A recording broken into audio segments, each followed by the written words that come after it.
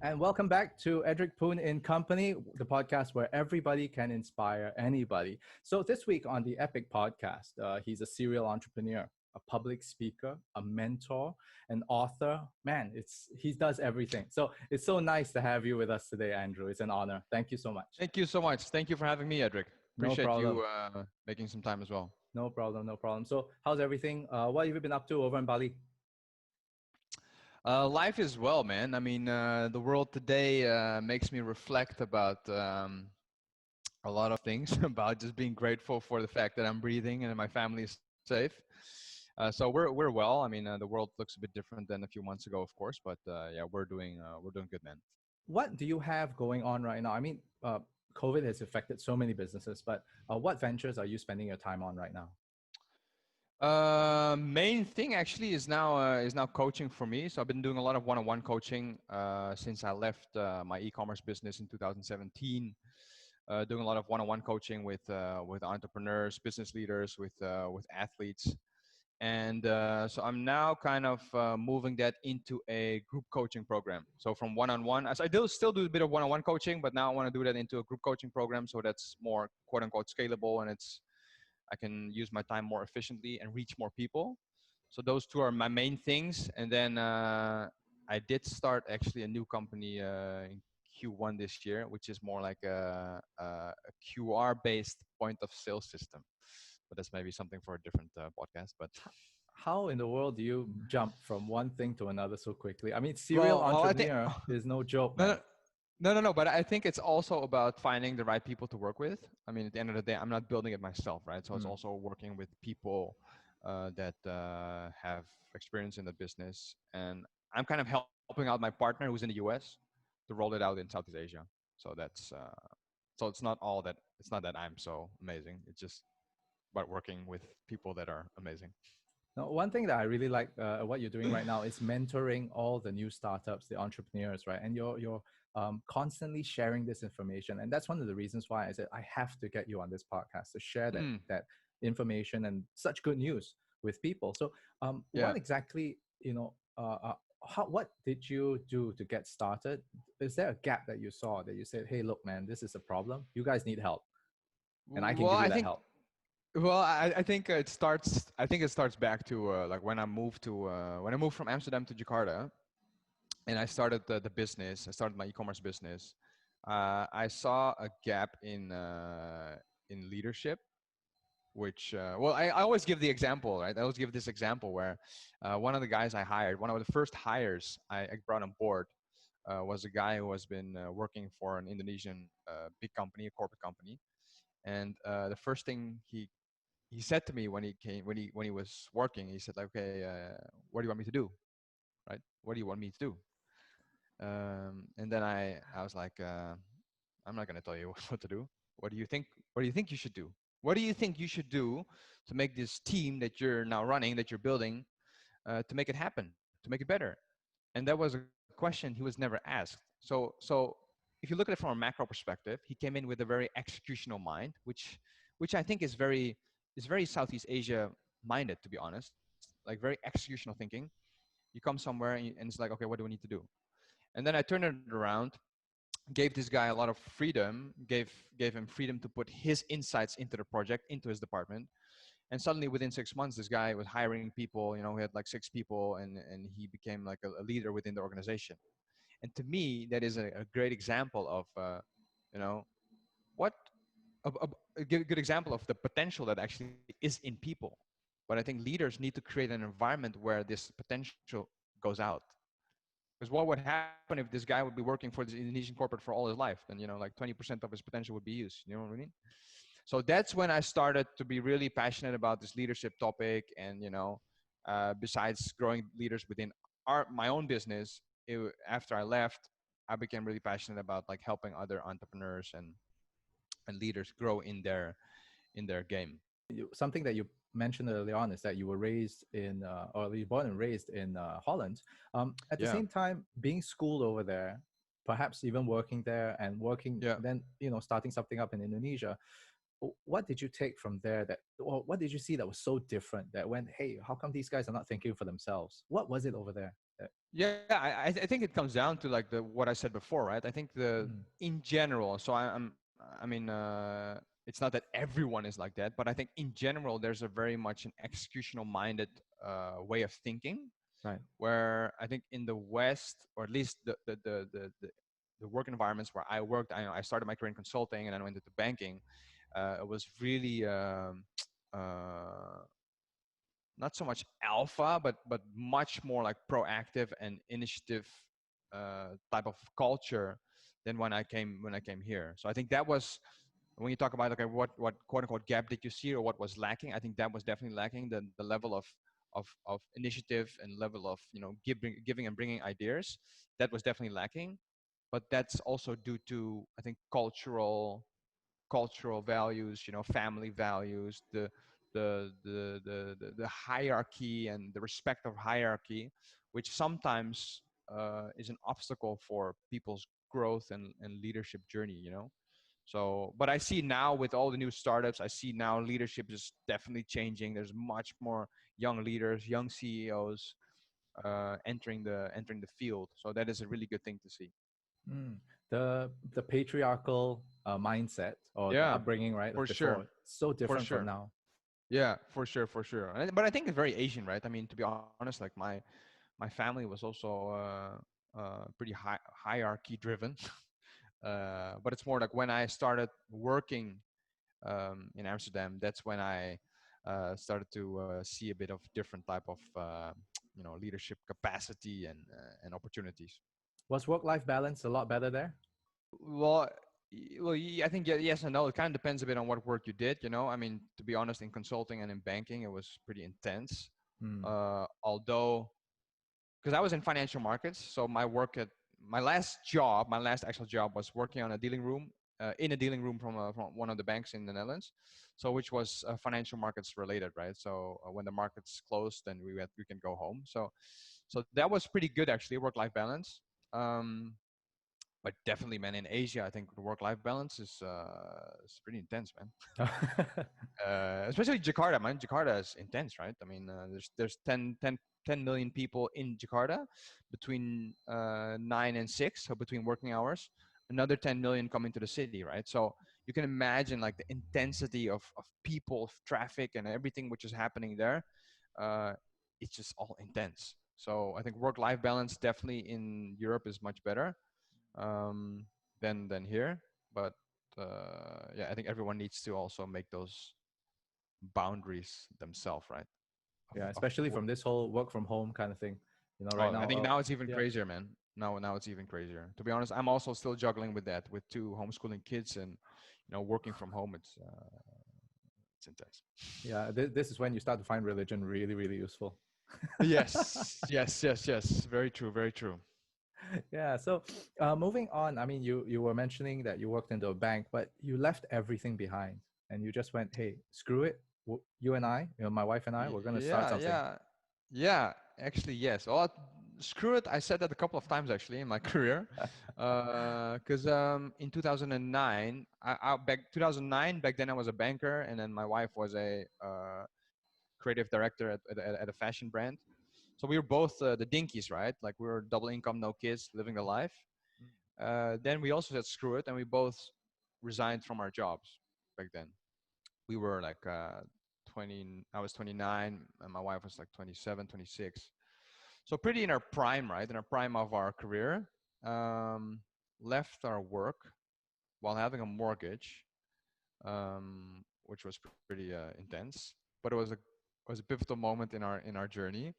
And then in 2013 we sold our business in the Netherlands. We moved to Indonesia with nothing. I mean, there was no I didn't have a job offer or something like that. I just went there with the idea of starting a business. That eventually was more difficult than I thought, and and through some network, I got introduced to a VC who wanted to launch an e-commerce company. So, and then that ball went rolling. But yeah, I actually we went to Indonesia with just the two of us. Oh no, and our son. He was 1.5, and we had this point where he said like we always wanted to live abroad, And when I worked for Deloitte, my first job, I was supposed to go to London for an assignment for a project for like 2 years. That didn't go through. So we had this point like, okay, we wanted to go abroad for work. If work is not sending us, we'll just send ourselves. So we just go ourselves. So we went there, and we did this whole entrepreneurial journey, which kind of like failed or took too long for us. But then through, I believe, like God's hand, like we opened doors, and through network, we got in touch with this VC who wanted to launch an e-commerce company. They approached me, and the rest kind of like happened uh, after that. So yeah, screw it, definitely. When you started off your business, did you already think, look, I'm going to make millions out of this? Or did you actually go, I've got an idea, let's make it work, and then the money Yeah, comes secondary? that's a very funny question, right? I've been talking a lot about this when I talk about visualization and setting a vision, just setting a vision for yourself and what you want to achieve in life. So when we moved to Indonesia, and there's two main reasons why we moved to Indonesia. Number one is, of course, being close to family, because my parents moved back to Indonesia. But number two is, of course, from the business potential. So when we moved to Indonesia, I had this thing on my heart where I said, like, man, we're gonna build a multi-million-dollar business. And I'm not talking about, oh, all the millions are for me, but I'm talking about we're gonna build a business which is gonna have like a massive impact. Like that type of vision, I already had it before I knew anyone in the industry. But I just knew like, okay, if we're gonna go there, we're gonna build something big. Like like honestly, that was on my mind. We're gonna build something big, and and I mean, when you're there and you're like freaking struggling and going to these network events and you're like nobody, right? It's really difficult to keep that vision alive. um, but yeah, man, eventually, like we built this company which went through different mergers and acquisitions, right? So we merged with companies, we acquired some companies, and eventually we were a company of like almost 600 people, man. Like we had like 500 plus people in Jakarta. We had almost 100 people in Bangkok. It's huge. And yeah, like I was like really building. It was like a multi-million-dollar business, which was pretty insane. And I have to say,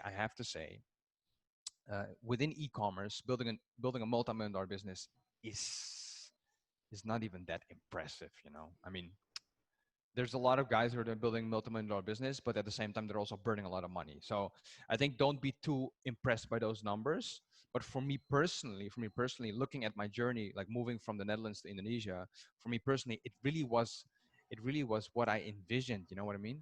It really was what I envisioned, because at the end of the day, man, like I started this renting this office in Jakarta, like a super small office, and I hired one person and two, and eventually we had like 60 people, and then we merged with another company, and suddenly we became like a couple hundred people. But I really believe, and this is something that I teach as well, like if we can't envision where we want to be in 3 or 5 years from now, which I know in this world right now is maybe difficult because you can't even envision where you are next week, right? Because with the world changing. But the truth remains, man, like if we don't have a certain end goal or vision of where we see our life going, it's difficult to go there, right? So eventually we had this huge company, which was pretty insane, pretty roller coaster. But it was fun. It was a fun ride. It was a really fun ride. So now you're on the path of, after moving on from all of this, you're starting to inspire the millennial leadership, right? So Mm. tell us a little bit more about this book, Ignite. Yeah. Yeah. So yeah, what I said, right? The initial example I gave you about one of my employees, one of my guys I worked with, was yeah a key experience for me to say like, oh man, I think there's a lot of things that I could do to at least help or quote unquote inspire this generation to think more and to act more, right? Because once they see their potential, suddenly they'll act like their potential. And oftentimes, I think a lot of, especially old school leaders, are kind of maybe covering up the potential of the people, and they're just using them to execute what they have in mind. You know what I mean? Yeah. So yeah, man. After I left in 2017, I took some time to write a book, and which is called Ignite Millennial Leadership. And yeah, it's really about kind of like my journey, and a few aspects of leadership that I think that this generation is really eager to learn, or at least, yeah, it's important for them to learn these different elements of leadership, so that they can also grow in their journey, whether that is being a leader within their business or running a business themselves, but just some core aspects of leadership that I believe is important. Right. And how young does this program go to? Uh, well, usually, if I look at one-on-one usually are like entrepreneurs that are like 30 plus. Mm. Usually they either run a business that is already going on, but there's also some youngsters who are like maybe like N20, who are really just starting a business. Mm-hmm. So it's kind of for every for everyone who's starting or running a business. But most of my clients are a bit more quote unquote uh, older or mature, so to say. If we're 30 plus, then you're like 5-6 years into the working life. And yeah, those are mostly my clients.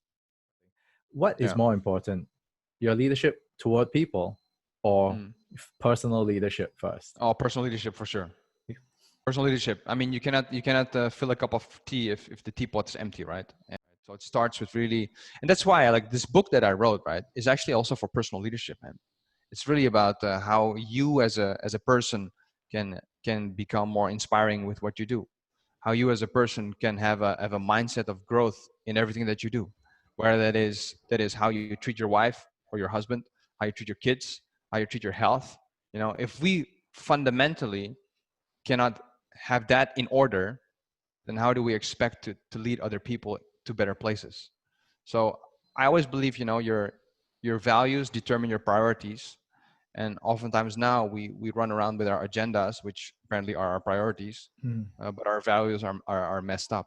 So in first thing we need to do, we need to go back to our value, what's really important in our life, and based on that we determine the priorities. Right. So yeah, just like anything in life, I say, like, show me your friends and I'll show you your future. It's also the same for you. Show me your calendar and I'll show you what's important to you. Mm. uh, and so yeah, I think that's kind of my take on that, man. Like, self leadership is extremely important, especially now, because are we being led by governments, by institutions, by these organizations who supposedly have the best in mind for us, but and and then it's almost like, yeah, we cannot do anything, like we are the passive element in this world right now. So it seems, you know what I mean? Yeah. But I think we need to like really reflect and really see like what's actually in our control and what can we do, and then just take control of what we can control of, Right. and all the other part and all the rest, yeah, don't even worry about it. It's not even Like, in control anyway. correct. One of my friends was on the podcast as well, and then he was just giving us a reminder of what E Mm. plus R equals to O means. I think E plus E plus R R equals to, equals to O. I think you've okay, seen what is this one. that? You may have heard this one before. The event and Mm. your response, right, Mm. equals to the Mm. outcome. The outcome is Yeah. 100%. So Yeah. the event you cannot change, but how you Yeah. respond determines everything. Yeah, man. Yeah. I mean, Tony Robbins said it Mm. perfectly, and something that I always share as well. Like, that life happens for us, right? And even though we cannot really see sometimes the why, and I think that the default of a lot of people would go into the victim mindset and into like, oh man, it's me and this and that, and I'm so sad. But I think it's, one thing that I really learned about talking to so many entrepreneurs and, like, top athletes and business leaders, is the taking control of what is in your hand, and this Mm. mentality, and how strong, like, mental, like how strong and how influential your mental game is on your output is crazy, right? I've been talking to one of my clients, who 10x his business in the last 12 months, and we're talking about, what has been the main thing, right, about this growth trajectory that you've been on. is mental, man. It's mental. Even talking about confidence, talking about limiting beliefs, these things can crush you, man. They can Mm. crush your whole career.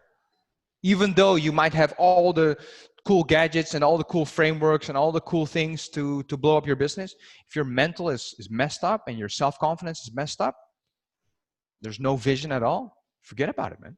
Like it's not gonna happen. This is like how investors look at pitches, right?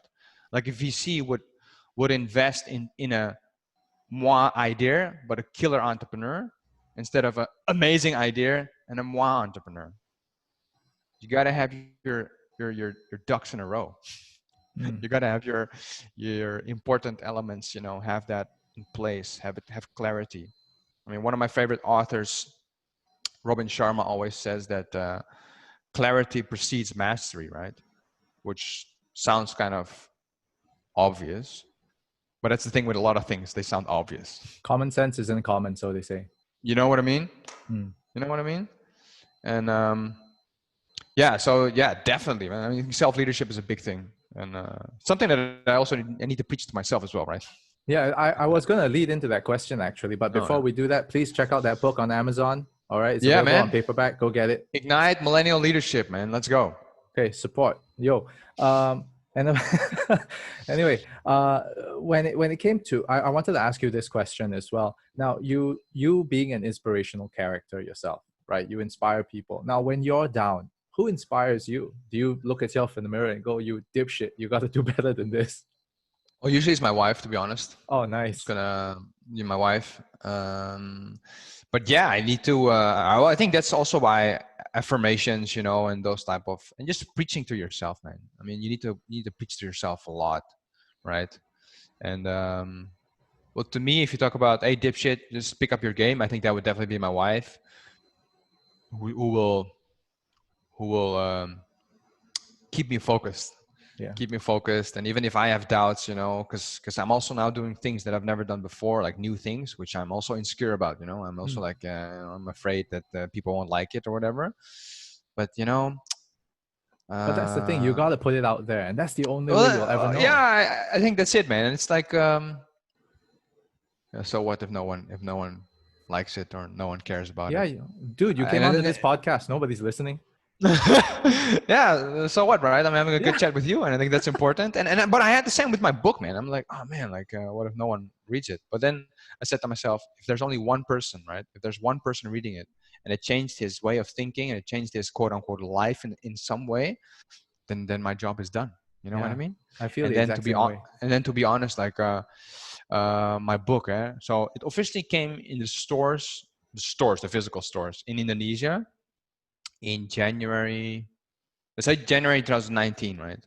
In the first 6 months of 2019, almost 1,000 books were sold, which, in the bigger perspective is nothing, of course, compared to the New York Times bestsellers and stuff like that. But for me personally, like I'm a no one, man. Like, no, I'm just a Dutch dude, like, who moved to Jakarta and then started to write a book. So in that perspective, it's nothing. That number means nothing. But for me personally, I'm like, oh man, like that means a lot to me, And and the thing is this, man. I think every time you create something, whether it's a podcast, whether you write a book, whether you build a company, whether you put a video out, or whatever, you always have this thing, and this is a battle on the inside, which is like, should I do it? Should I not do it? There's already so much out. There's so much out there, Yeah, like who's gonna listen to me? But I think that's really it, man. The moment you start really not giving a shit about what other people say or think about you, and you see this more as a journey of yourself, that's the moment where you can kind of like let go and dig deeper into what you really want to add to the world, and how you can really leave this place better than how it was before. right. This You is know. this is the cleaned up version of what David Goggins says. Yeah. I bet. Those who don't know, please go check it out. David Yeah. Goggins, I F think I think people. I think I think I saw that video like last week. That's But a it's so true, badass man. dude. That is That such a dude is trooper. badass. He's a That is badass dude. World badass. record in That is. chin-ups. Yeah. Failed the Navy SEAls don't know how many times just to get through. Yeah. Yeah. Jesus, man. He's crazy, man. He's crazy. He's No, but crazy. okay. Have you seen his eyes? Have you looked into his eyes? Like in the videos, just look into his eyes, man. Oh, why? Yeah. Okay. Now, I want he has it. Like he's got Mm, that killer instinct that he's gonna do it. mm, Like anything he sets his mind to. Now you meet yeah, entrepreneurs all the time. Like do yeah, you see these guys who have maybe a lack of confidence, but they've got it. You know, do you yeah. ever recognize Well, that? well, yeah, for sure, man. But also not all of them, and I think that's also a thing. I think that they're also not more human than you and me, right? And they're also just trying. They're also just trying. I Right. mean, yeah, I love it. Like Brian Chesky, Airbnb, right? Recently did an interview with Simon Sinek about the pivot that Airbnb had to go through, right? They're also just trying. Multi-billion-dollar company. They're also just trying, man.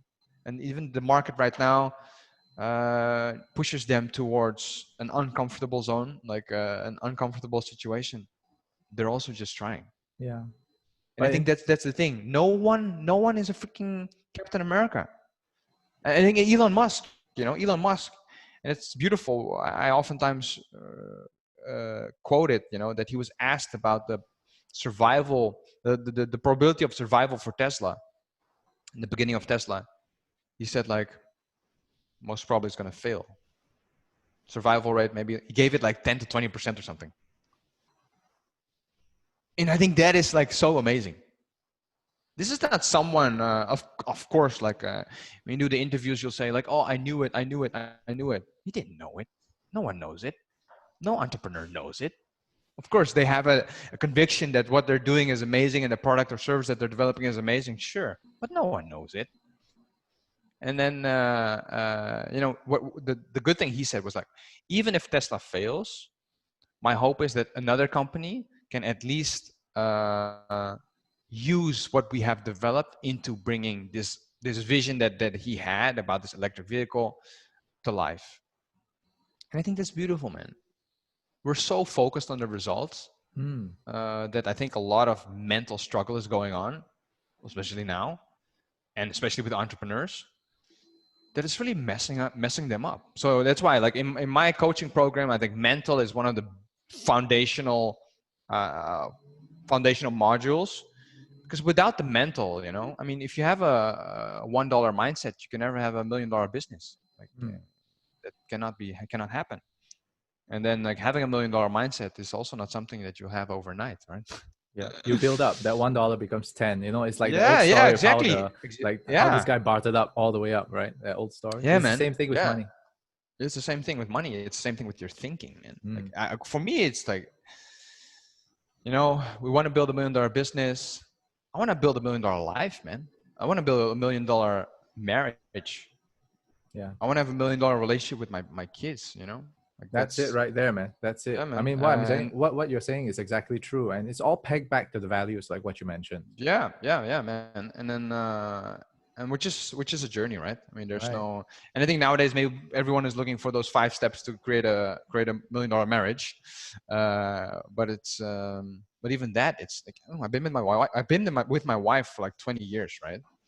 And as of today, like it's still a verb, right? Like we're still acting upon prioritizing our marriage, like having date night every week. I talk about this has nothing to do with me with the podcast, but I think fundamentally it is, because it comes back to your values, it comes back to your priorities, and come back to self leadership and making your life a priority, not your business or the dollars, for that matter. I think just be good at life, and I think that's a big. I mean, I think it's so sad, man. Like if I see like entrepreneurs going through mental struggles, it's tough, right? It's a tough place to be um, if we have our values messed up Mm, and start to care too much about what investors or other people think right. about our failures or our wins. It's true. I used to have a very simple mindset. I don't have a lot of money, so that's a fact. But Mm. I've always had this simple mindset: is that if you're thinking about money all the time without the values, you're no different from Mm. a crook. Yeah, yeah, Because you do yeah. anything unethically, just to get that Mm. dollar. But at the end of the Mm. day, you're still stealing somebody else's pocket. You're still Yeah. destroying somebody else's future. So go screw Yeah. yourself. I ain't playing with True. that. True. True. True. True. True. Yeah, man. So it's yeah. Again, I think it comes back again to mental, right? Mental, self leadership, just having your ducks in a row, so to say, having your values clear, knowing where you want to go, with all these different aspects of life, right? Because I think a lot of the business coaching, especially when we do one-on-one, it's not only about the business, right? We Mm, talk about other things as well, which are yeah. non-business related, but are business impacting. It has to be. Hey, you know when you're actually training all these people, right? You know the difference between the American or the Western master versus the Chinese Mm. or the Asian master. You heard No, this what is one that? before? Okay, the What is Western that? master, the Western master will give you 100% of everything Mm. and go Mm. get it done. You know, I'll teach you Mm. everything. The Mm. the Asian masters, the Asian Chinese kung fu master, right? It's always like, I'll give you 95%, I'll keep 5% for myself. You go discover the last 5%. Mm. You know, so that's why Yeah. that's a funny thing. So the Western side will give you a recipe. This is 100% of it. Just follow Yeah. step by step. You'll get Yeah. there. Yeah. Yeah. The Asian side is that now the secret sauce, you make it your own secret sauce. Yeah. Yeah. You know Yeah. what I Yeah. Yeah. mean? Yeah. So Yeah. Yeah. which one That's do you good. subscribe to?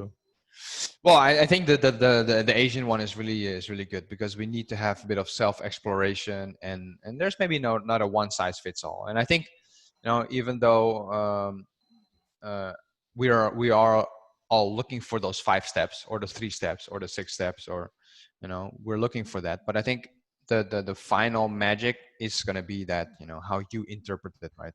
Your own interpretation um, of what is important, of your own vision, or whatever it is that you're working on. So yeah, I would definitely go for the Asian one. Yeah, I'm a big fanboy of Bruce Lee, so that's why I still think Yes, that that's it's good. about self-expression. You know, It is. It is. It it's is. interpretation and self-expression. That is the Yeah, important man. part.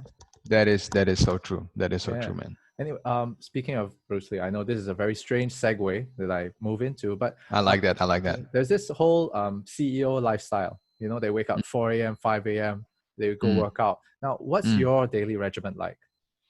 Okay, so usually I have to say, last couple of weeks it's been a bit chaotic with all the new distractions in my house with homeschooling. But usually I wake up at like around five-ish, and I take the first 60 minutes of the day. I block it into like 3 elements. Number one is uh, prayer, prayer, and a bit of visualization of the day. Number two is a workout. So this workout could be a quick yoga session, or quick gym session, or gym session just at home. Just some lifting some weights, or a bit of swimming. And number three is either learning, which could be just reading a book, or it could be more on planning and looking at my monthly goals versus my weekly goals. So more strategically. So those 3 blocks are usually how I want to start the day, which doesn't always happen, especially now. But that's my ideal day starts like that. So I wake up at 5, and the first hour of the day I did those 3 things already. So I feed my mind, I feed my body, and I feed my vision. So I think those 3 things are kind of core. And I had that concept, by the way, from Robin Sharma, which is one of my favorite authors. And he talks about the 20-20-20 rule, which is the 20 minutes, 20 minutes, 20 minutes. So the first hour of the day, you need to actually win the first hour of the day already. So when you do that, then you're good to go. I completely resonate with that, Yeah. 100%. Um, but I have this problem, you know, in the sense that okay, yeah, the workouts are there, the nutrition is there, the necessary spiritual side of things are there, Mm, family time's always there. mm, But mm. there are days whereby, you know, you get lazy, or at least Of I get course. lazy, and I feel like, Of ah, course. man. I And get then lazy. at the end of the day, I get upset with myself because Yeah. I felt unproductive. I didn't Yeah, of nourish course. something. I mean, Yeah. when you go through that, right? How forgiving do you have to be? Because I beat myself up a lot. Yeah, of course, of course. I think that is normal that you beat yourself up about that, but again, there you know, time goes by, and you just say, what can I learn from my mistake?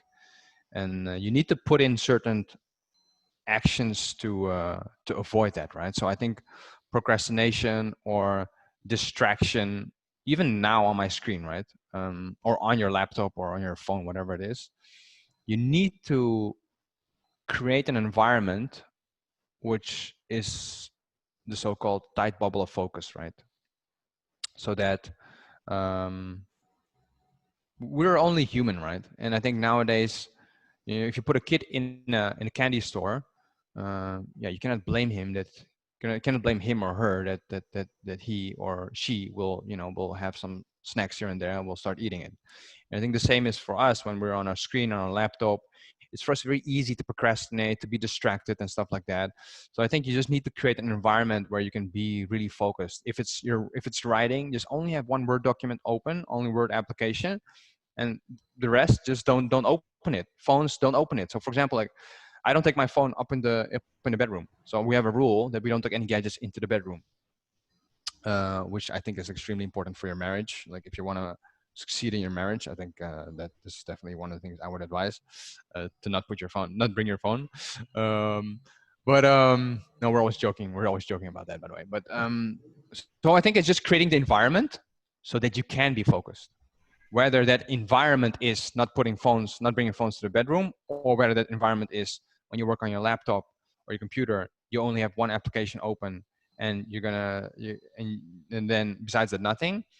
Create that environment to become, so you can become focused. And I think one other thing, which is a tip of Tim Ferriss, um, you can put a post-it on your screen or next to your laptop on the wall, whatever it is, and on the post-it you write down, am I being productive or am I being busy? And when you ask yourself that question, or you put it in your calendar, so every time it pops up, every hour it pops up, are you being productive or are you being busy? So you are being confronted with that question, which makes you think, okay, what am I doing?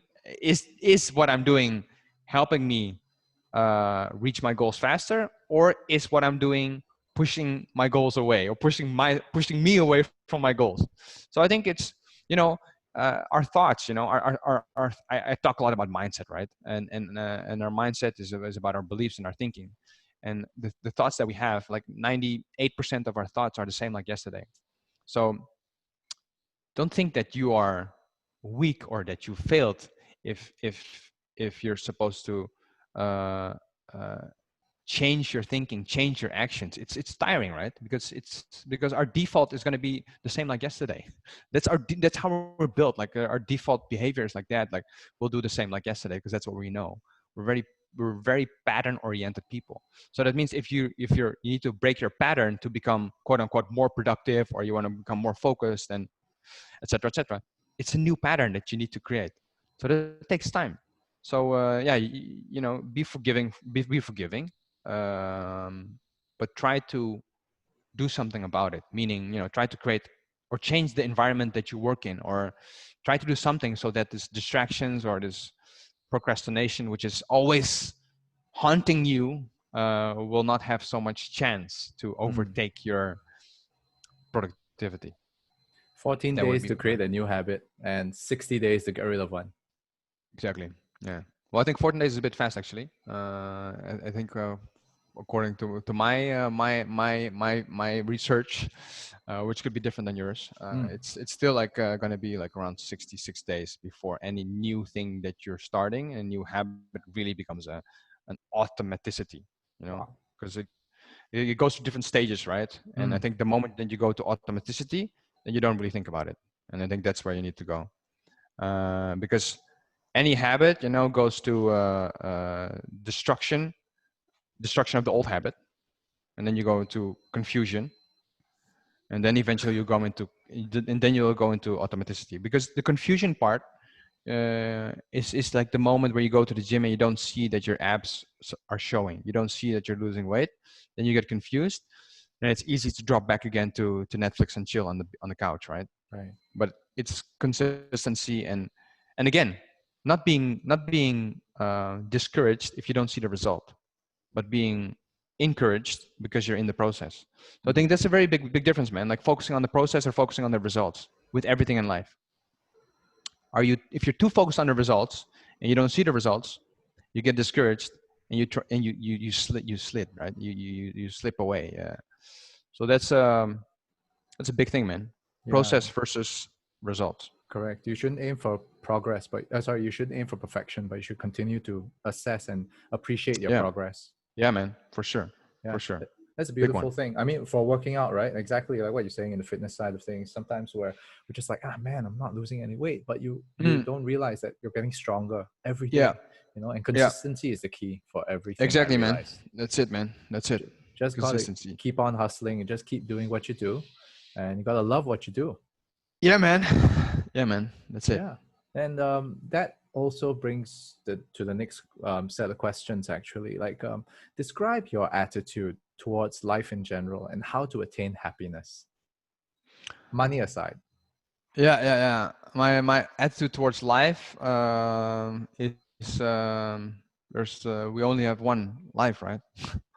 And we are here put on earth to make this place a better place, whether in whatever shape or form that better is.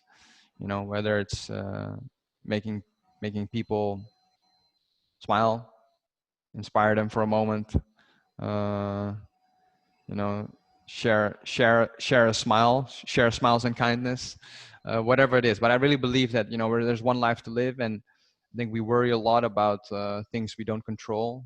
And the truth of the matter is that life is happening now. It's like this is life. Who knows what happens in 5 minutes from now or an hour from now? I lost both my parents, right? Pretty dramatically, to be honest. Um, which made me really think about life, which really made me think about, man, like for example, my mom always said, like, oh, when I retire I want to travel the world with my dad or with my husband. And eventually when she was retired, she got sick and then she passed away. So to me it's like, we can plan whatever we want, but the reality is, if God says it's your time, it's your time. And so we better make the best out of it now, man.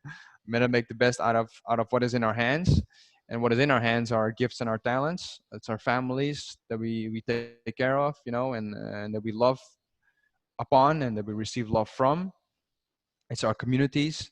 So I think life is really about making things better than they were, in whatever capacity that is.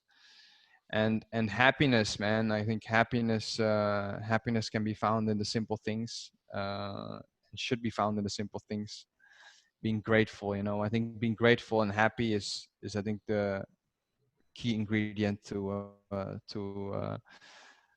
life. Especially now, man. I mean, we're pretty involved in church, right? So, and yeah, we hear a lot of stories, seasons that people go through. Um, but yeah, happiness is knowing that you're loved and that you can love. And for me, I mean, it's my family is big is a big chunk of that, of course. So yeah, man. Happiness, seeing things that you can be grateful for, which is can be the smallest thing, and really be live consciously with that, right? Be really aware of the blessings that are in your hand.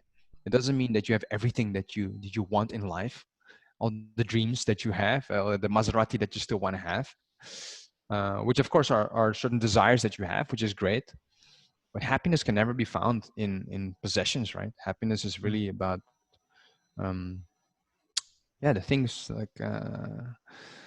like family and your health and those type of things, like the essentials in life, which comes back again to the values and our priorities, right? Because I think if you talk about your values and you say, for example, it's family is my number one thing, or your health is your number one thing, then yeah, then really be grateful for those elements in your life. And even if those elements maybe are not optimal yet, or your health is maybe not optimal yet because you don't have the six pack yet, but be grateful that you are healthy, that you can work on progressing your health. or maybe you say my relationship with my wife is not yet optimal, or with my husband is not yet optimal, but then be grateful that you have a relationship and that you're working on it. So yeah, for me, it's really in those small things we should find happiness. So that's why it's never about capacity, you know. Mm. It's about how you utilize what you have, and that's really what it's about. Um, it's never about capacity, because it's, oh, I want to be an Elon Musk or whatever it is. You can be your own Elon Musk within your own world, and maybe some people will become another Elon Musk. Could be. Yeah. But I think it's really about understanding who you are. So I think self-awareness is extremely important. Understand who you are, what your strengths are, what your weaknesses are, and how you can leverage what is in your hand, what is in your mind. Like can you leverage your gifts and talents to make this world a better place. Mm. One more thing about successful people, all right, if you wanted to call it that, or uh, they say that successful people hang around with other successful people, and those who are staying in a lower financial bracket tend to just hang around with those people, and that's why they'll never grow. Is that true? Oh yeah, for sure, man. Totally true. 100%. That's why I believe in this. Show me your friends, and I'll show you your future statement. You know. So I gotta find myself some rich friends. Hang around too many poor people. Yeah. Whether you want it or not, man, like we're social human beings, and it's like monkey see, monkey do, right? And that goes to the level of how you talk and what type of words you use, which is very, very obvious. But then if we go to a deeper level and we talk about dreams, we talk about certain vision, we talk about other networks that they can introduce you to, it's also true, man. So when I was in the Netherlands, I of course also had my friends and stuff, but there were not a lot of like big entrepreneurs in that group. A lot of them were like maybe self-employed or they're working. But when I came to Jakarta, man, I met so many interesting people who had like big entrepreneurs, right? And one of the guys said, because I did a business together with him, and he said like, oh man, this business should at least do like 5 million US a month in revenue. Else, what are we doing, right? More like that, like else, what are we doing? And to me, it was like, oh man, that's so big. Like, what is this? But the more I talked to this guy, like super visionary entrepreneur, big inspiration, you start to think as well, like, yeah, okay, yeah, maybe it's not that far fetched, and that's why I'm such a believer, man. Like, if your mental game and your vision setting, your dreams are big enough, and you hang out with the right people, then suddenly this starts to shape as well. And when this is shaped, yeah, what's going to determine your actions? It's going to be this, man. And what's going to determine your results? Yeah, it's going to be your actions. So when you go back, and this is what I call the success pyramid, right? It's like a pyramid where at the bottom there's your experiences, then there's your belief system, then there's your actions, and on top is your results. We often complain about the results. Our results are not like we are expected it to be. But if we just drill down, a lot of it comes down to how we experience things and the belief systems we create.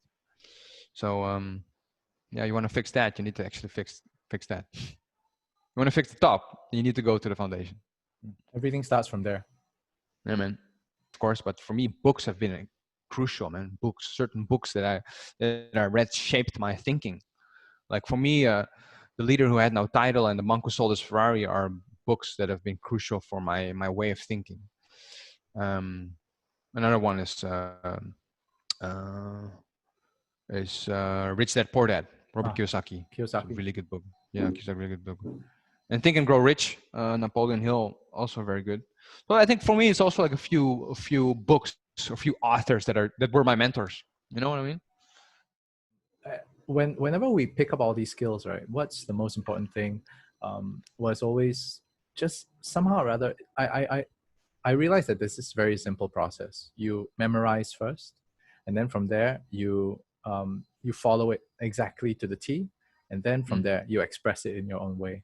So, because there's no way that you can actually take that advice and just immediately directly implement it. Yeah, correct. There's no way. You have to internalize, and then you can express. Yeah, man. Yes, that's it. That's just how change happens, like transformation happens. I think change is easy. Transformation is a different story. Mm. All right. Thanks so much for sharing all of this information. No worries, dude. No worries, man. I'm so glad that all this has come forward, and I believe that any of the listeners, right, will definitely walk away with something when they listen to this over the period That's of cool. time. It's going to be on Yeah. YouTube, so that's cool. And moving on to the last segment of the show, I always go through this little questionnaire so that we can have a quick glimpse into your mind Cool. and who you are. Cool. Okay, Yeah, so are you ready? Let's go. Let's go, man. All right. One word that you love the most. One word that I love the most. Love. One word that you dislike the most. Indifference. Indifference. Why? That's the opposite of love. If you could have a conversation with one person, fictional, non-fictional, real, dead or alive, who would that be? I would say Jesus. And what would you ask him?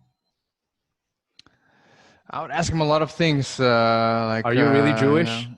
I would ask him a lot of things about life. Yeah, about life. Yeah, just a coffee session, right? Yeah, that would be pretty cool. Right. That would be pretty cool. And what do you say to yourself in the mirror every morning? Today is going to be a good day. Favorite dish to eat? Favorite dish to eat. Funny, we were talking about it yesterday. My favorite kitchen is for sure Japanese. I think dish would be sushi in general. Sushi in general. Favorite travel spot?